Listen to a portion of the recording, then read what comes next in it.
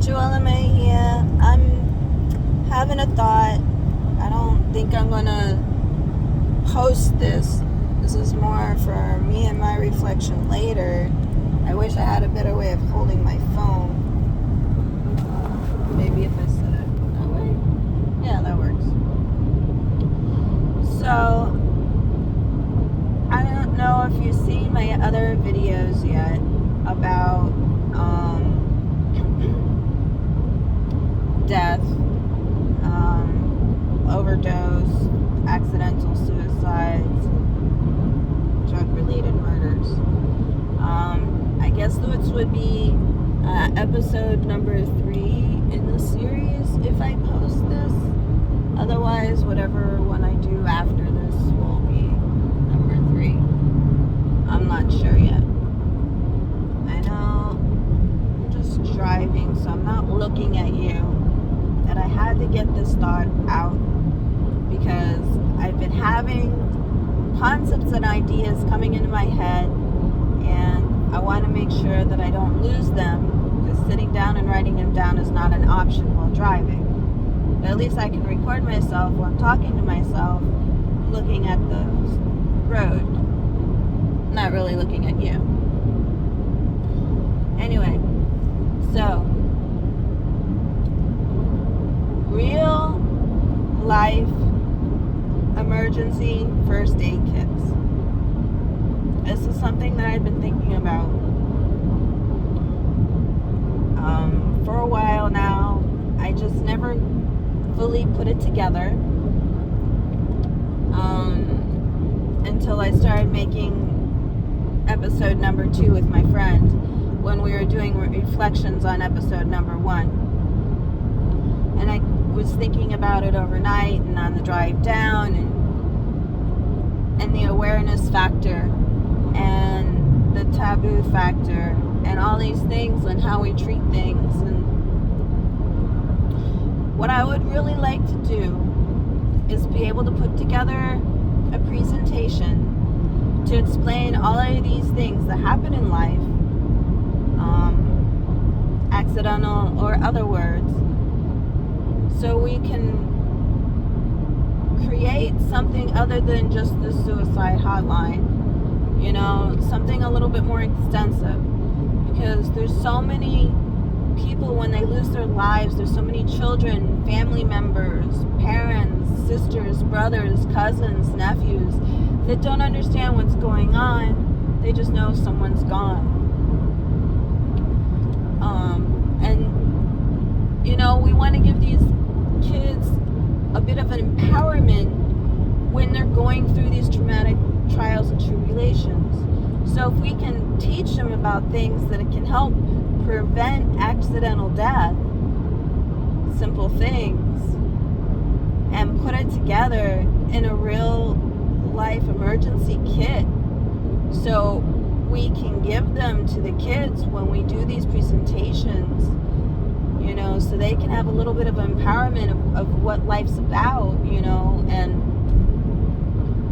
maybe make a promissory note where they go to so many classes to explain the first aid kit.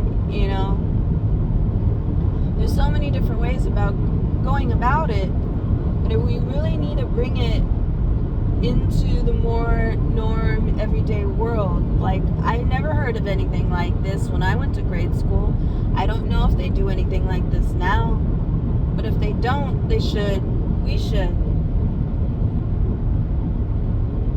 So that's why I'm making this video today, because I've been thinking about a real life first aid kit, like to be able to have, what is it, the Zercan or Zerafran? I'm not good with pronunciations because I only saw the word once in the TikTok video that I saw, that I'll put a link to in the description. Give you a little better understanding about these people that lose their lives through these accidents, just because they go out with their friends for a night. Some of these kids have no experience with what kills them, none whatsoever. And it'll be the first time they ever tried it, never tried it before. Friends do it. They say it's fun. Whether it's the peer pressure, whether it's just the adrenaline rush, whether it's just the curiosity, it's not always a malice thought process to the way these lives end. And it's so heartbreaking, especially for the ones that get left alone, that die by themselves because the people around them are terrified and don't know what to do and don't want to get in trouble. It's like, well, if everybody was educated to do what they could do when something like that happens, then they could actually be saving lives and not feel the pain of knowing or feeling responsible for their friend's death. There's this factor too that we don't even consider addressing. And that devastation for someone that never even considered wanting to take someone's life, because I know there's all kinds of people out there. Some people might think it's interesting, some people might think it's horrifying. There's always a different spectrum and outlook. And you'd be surprised at what people are willing to do when they don't think they would get caught. Oh, it's hard, but and that's all a perspective. Anyway, that goes back into my sociology class. I'll do a different video on that later. I want to stay focused on this emergency first aid kit. I really think this is something worth pursuing.